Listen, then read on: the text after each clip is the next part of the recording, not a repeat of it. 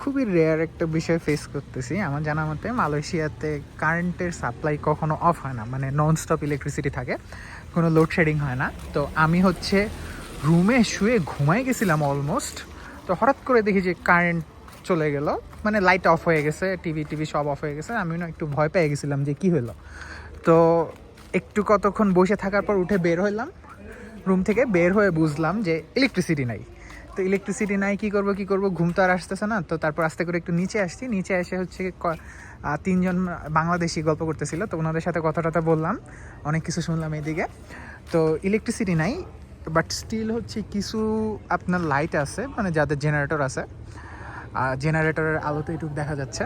তো তো ওনাদের গল্পের টপিক্সে আমি ইনক্লুড হইলাম। তো কথা বলে যা শুনলাম, একজন ব্যক্তি, উনি হচ্ছে 2007 সালে এই ক্যামেরুন আইল্যান্ডে আসছিল। তো ওনার হইলো যখন আসছে তখন নাকি উনি খুব ভয় পাইছিল। ক্যামেরুন, আপনারা যদি তাপা দিয়ে ক্যামেরুন আইল্যান্ডে আসেন, একটা টিপস দিয়ে রাখি, অবশ্যই রাস্তার ডান পাশে বসবেন, নইলে আপনারা ম্যাক্সিমাম ভিউ মিস করবেন। টাপা থেকে হাতের ডান পাশে হলো সবচেয়ে বেস্ট ভিউগুলো, পাহাড়গুলো। তো তো উনাকে যখন প্রথম ক্যামেরুন আইল্যান্ডের চাকরির জন্য নিয়ে আসা হয়, উনি নাকি খুব ভয় পাইছিল যে এখানে উনাকে নিয়ে মেরে ফেলবে। তো 2007 সালের কাহিনী, তখন জিনিসটা মোটামুটি এরকমই ছিল। তো দেন হচ্ছে গিয়ে তারপর বললো যে এগুলোর আগে মোটামুটি কিছুই নাকি ছিল না, বড় দুইটা বিল্ডিং ছিল, ওই যে উনি দেখাইছে বড় দুইটা ছিল। তো দেন এই হলো কাহিনী। আরও অনেক কিছু বললো যে ওইখানে আচ্ছা তাপা দিয়ে আসা যে রাস্তাটা, ওটার দুই পাশে নাকি আদিবাসীরা আছে, এরা নাকি পর্তুগিজদের এগেনস্টে যুদ্ধ করছিল, এইসব অনেক গল্প শোনাইলো। তো আপাতত আমি একটু হাঁটতে বের হয়েছি। খুবই ঠান্ডা ওয়েদার, খুবই ফ্যান্টাস্টিক একটা ওয়েদার। আমার আসলে ক্যামেরুন আইল্যান্ডে 2 রাতের থাকাটা একটু কম হয়ে গেছে, ক্যামেরুন আইল্যান্ডে আরেকটু বেশি থাকা উচিত ছিল।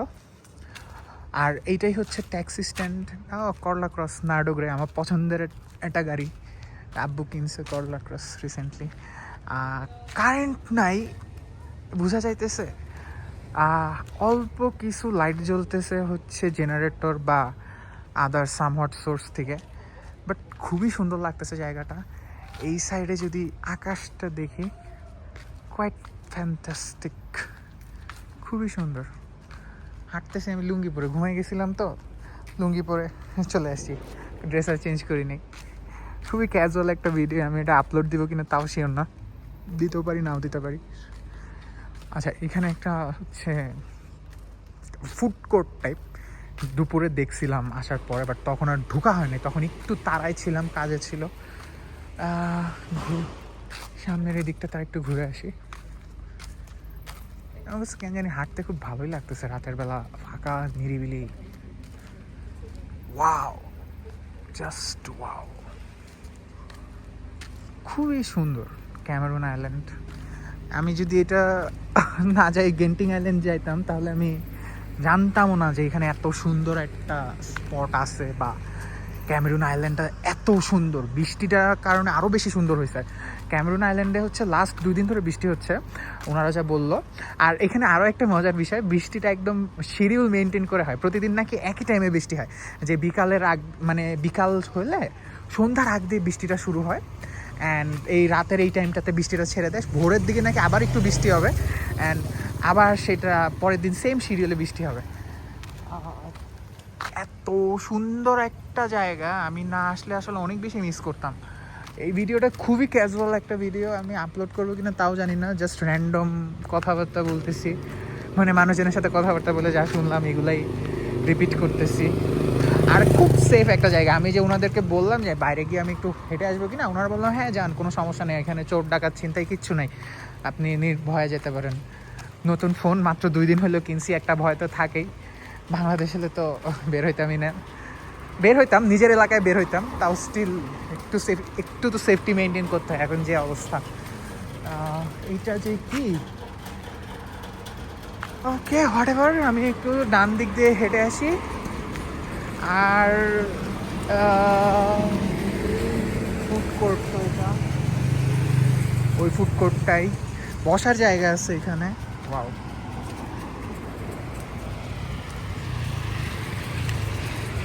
বসবো না এখানে, এদিক দিয়ে রাস্তা দিয়ে হেঁটে উপর দিকে উঠে যাই, আবার আপিল উঠতে হবে, খাবার দাবার যা পেটে দিছিলাম সব শেষ। আর মালয়েশিয়াতে নর্মালি কারেন্ট যায় না, খুবই রেয়ার কেস। আর কারেন্ট গেলেও হচ্ছে আগের থেকে জানানো হয় যে কারেন্ট থাকবে না বা সামথিং হোয়াট এভার। তো এইখানে আজকে ওনারা লোকালরা, মানে বাঙালি লোকাল যারা, ও একজন তো সেই 2007 থেকে আছে, আরও একজন বললো 16 বছর ধরে আছে, একজন বললো 9 বছর ধরে আছে, তিনজনের সাথে কথা হইলো। তো ওনারা বললো হয়তো বা আজকে ভারী বৃষ্টি হয়েছিল, তো কোথাও হয়তো বা পাহাড় ধস হয়েছে বা গাছ টাছ ভেঙে পড়ছে, এই জন্য হয়তো বা লাইন টাইন কোথাও কেটে গেছে, এই জন্য মোস্ট প্রবাবলি লোডশেডিং হয়েছে। ওকে, এইটা তো বেশ ভালো, সুন্দর। আমি আসলে বৃষ্টির জন্য তখন এক্সপ্লোর করতে পারিনি। আসার পর আমি রুমে গিয়ে ফ্রেশ হয়ে আমার ট্যুর বুক, আজকে নেক্সট দিনের ট্যুরটা বুক করছি। এরপর নেমে খাওয়া দাওয়া করার পরেই যে বৃষ্টি শুরু হয়েছে, এই বৃষ্টির আর কোনো থামাথামি নাই। এই রাতের বেলা এখন লোডশেডিং হওয়াতে একটু বের হয়েছি আমি ঘুরতে,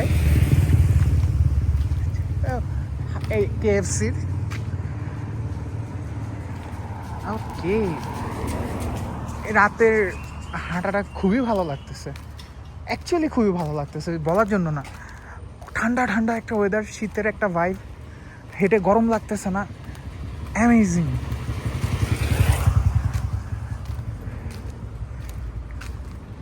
দেখি আমি এখন অনেক বেজে গেছে, হোটেলে গিয়ে আসলে শুয়ে পড়তে হবে, নইলে আমার কালকে সকালে মসি ফরেস্টে গিয়ে আসলে আমি হাঁটতে পারবো না। এখন হেঁটে এনার্জি ইউজ করার থেকে আমি কিছু এনার্জি স্টোর করি কালকে সকালে মসি ফরেস্ট।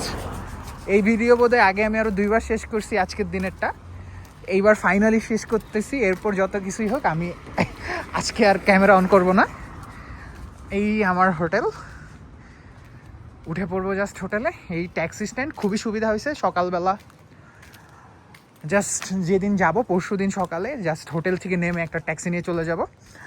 আরেকটা বিষয়, যারা হচ্ছে ক্যামেরুন হাইল্যান্ড আসতে চান মাথায় রাখবেন, এইখানে কিন্তু গ্র্যাব অ্যাভেলেবল না।